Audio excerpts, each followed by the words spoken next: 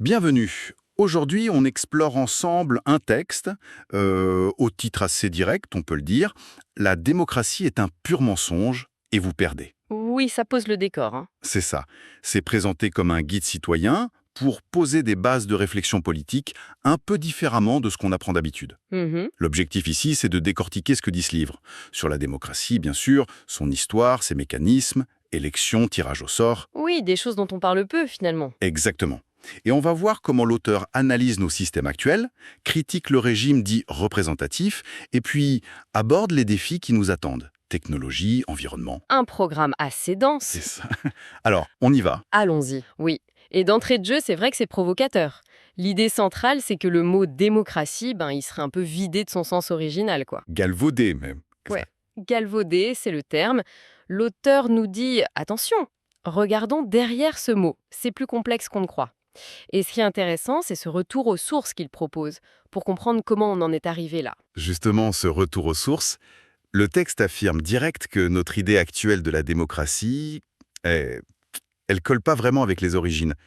Historiquement, ce mot, il n'avait pas cette connotation positive qu'on lui donne aujourd'hui. C'est Non. ça. Exactement ça. L'auteur rappelle une chose importante. Quand le mot démocratie apparaît en Grèce antique, ce sont souvent ses ennemis qui l'emploient. Ah oui. Oui, il cite l'historien Luciano Canfora qui dit que dès le début, démocratie, c'est un mot partisan, un mot de combat.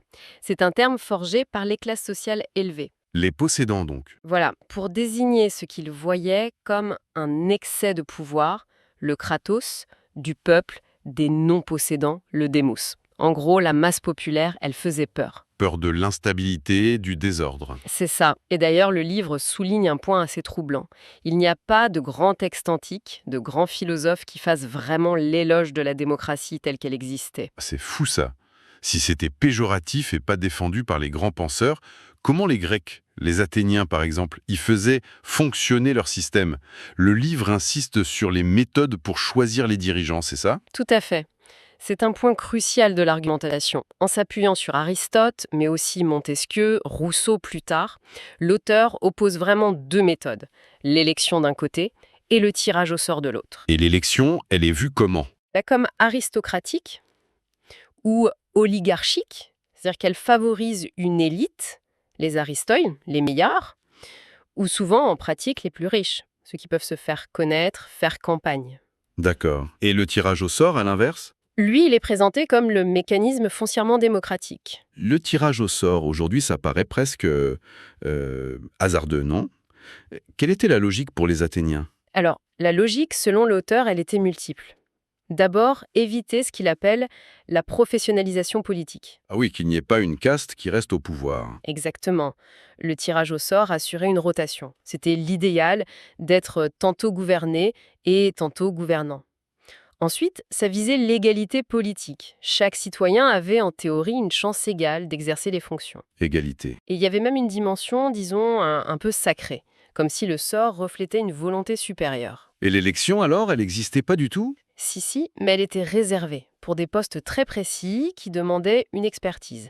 Les stratèges militaires, les responsables des finances, et souvent ces postes-là étaient quand même occupés par les citoyens les plus aisés. Donc, si je résume l'idée du livre, l'outil qu'on voit comme le symbole démocratique aujourd'hui, l'élection, serait en fait antidémocratique à l'origine. C'est fort comme idée. C'est assez déstabilisant, oui. Et ça nous amène à la suite logique. Les fondateurs de nos régimes modernes, France, États-Unis, Angleterre, le livre dit qu'ils n'étaient pas très fans de la démocratie grecque, c'est bien ça? C'est un autre point central, oui, et assez à contre-courant de l'image qu'on en a souvent. L'auteur affirme que ces pères fondateurs, même s'ils luttaient contre l'absolutisme royal, ont sciemment, délibérément rejeté le modèle athénien. Pourquoi? Ils en avaient peur. Oui, ils craignaient le désordre, l'instabilité, ce qu'ils appelaient la tyrannie de la majorité de la démocratie directe. Et puis, ils la jugeaient inapplicable à de grands pays. Trop complexe à gérer. Voilà. Le texte cite Mounier en France qui parle d'absurdes chimères pour un grand pays, ou Madison aux États-Unis qui distingue bien. La démocratie, c'est le gouvernement direct pour une petite cité. La République, c'est autre chose. Le peuple délègue son pouvoir à des représentants élus. Et c'est ça qu'ils ont choisi, le système représentatif. D'accord. Et ce choix de la représentation par l'élection, il n'était pas neutre idéologiquement. Le livre fait un lien avec la propriété, la richesse. Oui, l'auteur soutient que l'intention derrière ce système représentatif, c'était assez clair, s'assurer que le pouvoir politique reste globalement aux mains des propriétaires. Concrètement, ça donnait quoi au début? Il détaille les systèmes censitaires. En France, après la Révolution, avec Sieyès, on a eu les citoyens actifs et passifs. Seuls ceux qui payaient un certain impôt, le cens, pouvaient voter. Et pour être élu, c'était encore plus restrictif? Ah oui, beaucoup plus. Les seuils étaient progressifs. C'était vraiment un système conçu pour filtrer par l'argent. Et ailleurs, c'était pareil? Le livre montre une logique similaire, oui. En Angleterre, après la Glorieuse Révolution, les conditions de propriété pour voter ou être élu ont même été durcies.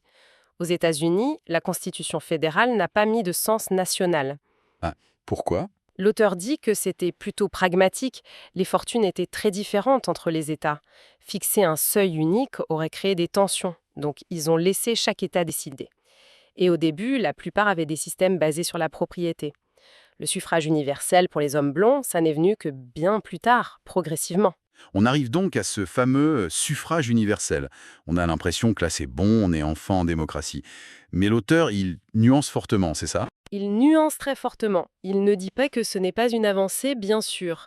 Mais il dit que l'effet principal du suffrage universel, ça a été de légitimer le système électoral, de lui donner une apparence démocratique. Tout en cachant sa nature. Oligarchique. C'est le mot qu'il utilise. C'est ça, oligarchique ou signifuge, le pouvoir d'un petit nombre. Il parle de trompe-l'œil.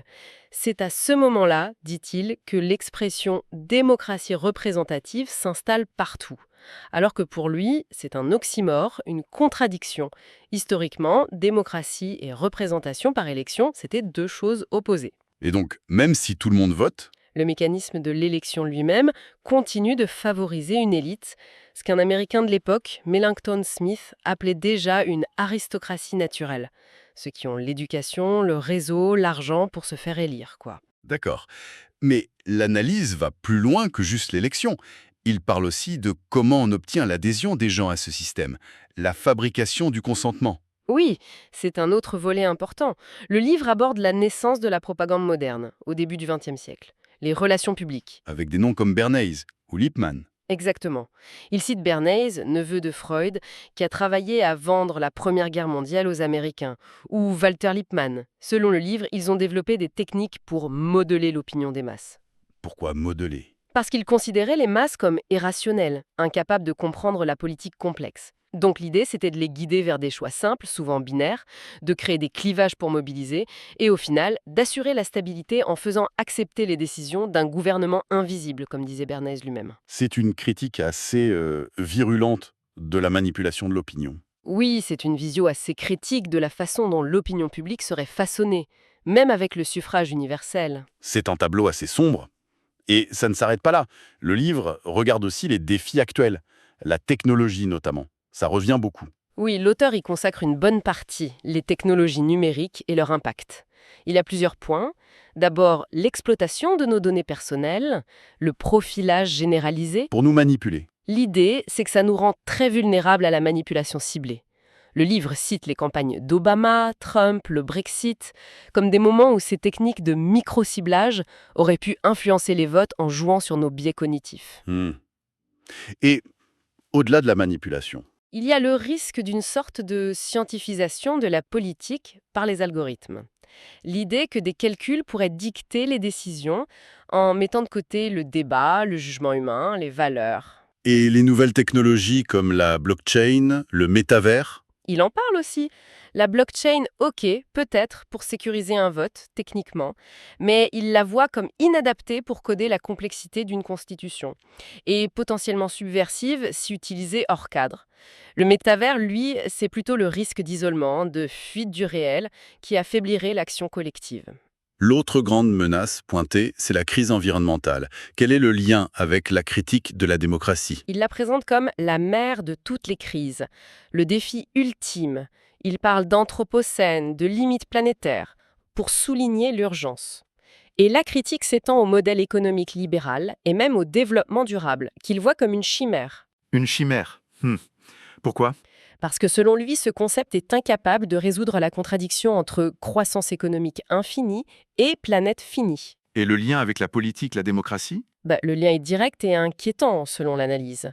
La crise environnementale, climat, biodiversité, ressources, génère de l'instabilité. Crise économique, tensions sociales, conflits pour l'eau, migration. Un terreau favorable à l'autoritarisme? Exactement.